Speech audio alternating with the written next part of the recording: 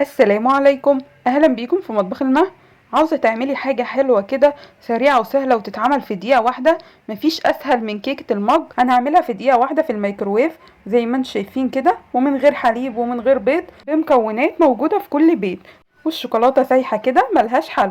احلى كيكه دي ولا ايه؟ يلا نسمي الله ونصلي على رسولنا الكريم وكملوا معايا لاخر الفيديو. اول حاجه معايا مج هنا، هحط فيه 4 معالق كبار من الدقيق. انا عندي المج كان كبير فحطيت 4 معالق. لو المج صغير هتستخدمي نص الكمية. معايا هنا 3 معالق كبار من السكر. تمام، حطيت 3 معالق كده. تمام. معايا هنا معلقتين كبار من الكاكاو الخام او كاكاو محلى، مفيش مشكلة. معايا هنا نص معلقة صغيرة من البيكنج باودر، وباكو من الفانيليا، ورشة من الملح.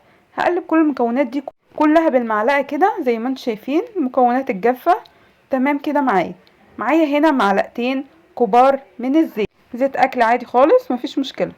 تمام. بعد كده هحط 6 معالق من المية. انا هنا استخدمت مية، ما استخدمتش حليب خالص لانها كيكة اقتصادية. وهقلب كده، حطيت 6 معالق من المية. بقلب كده بالمعلقة او بالمضرب عادي مفيش مشكلة، لغاية لما المكونات تختلط كويس ويكون خليط كده. هوريكم شكله ما يكونش فيه تكتلات خالص. نقلب كده. تمام.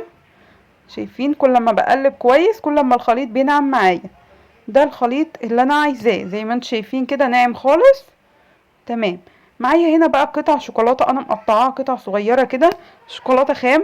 ممكن معلقه من النيوتيلا او ممكن تسيبيها ساده خالص مفيش مشكله.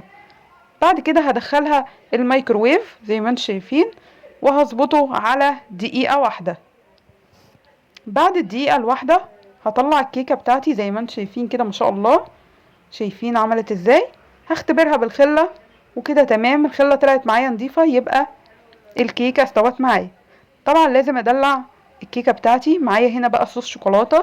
انا سيحت شوكولاته في الميكروويف وحطيت عليها معلقتين من الحليب، وحطيتهم كده على الكيكه من فوق. طبعا بقى ما هي جريمه هنعملها بالليل. بعد كده معايا رشه كده من الكاكاو عشان ازين بيها المج بتاعي زي ما انتم شايفين. ممكن تسيبيها كده زي ما هي، او ممكن رشه سكر بودره زي ما تحبي. انا رشيت كده رشه من الكاكاو زي ما انتم شايفين. لو الكيكه ما استوتش ممكن نسيبها 30 ثانيه كمان لغايه لما تطلع بالشكل اللي احنا شفناه ده. مش عاوزه اقول لكم بقى على شكلها ولا طعمها ولا ريحتها، ملهاش حل. احلى كيكه تعمليها. لو جالك ضيف تعمليها بسرعه، مش هتاخد منك دقيقه زي ما انتم شفتوا معايا.